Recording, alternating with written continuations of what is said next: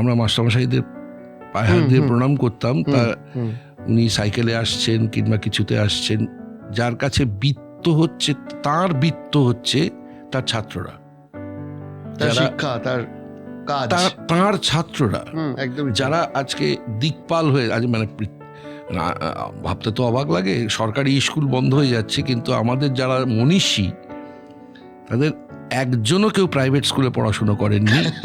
এবং আমরা যে এখন নাটকটা করছি মেঘনাদ সাহাকে নিয়ে, তিনি কোনোদিন প্রাইভেট স্কুলেও পড়েননি, কোনোদিন প্রাইভেট কলেজেও পড়েননি। সারা ভারতের যত বড় বড় মনীষী তৈরি হয়েছে এখনো পর্যন্ত, তারা সবাই সরকারি স্কুলে পড়াশুনো করেছেন, এবং সরকারি স্কুলে পড়াশুনো করেই তারা বিশ্ববিখ্যাত। তাদের মধ্যে যে দুজন নোবেল লরিয়েট আছেন, অভিজিৎ বাবু এবং অমর্ত্য বাবু, মানে হাস্যকর তাদের কাছে পুরো ব্যাপারটা।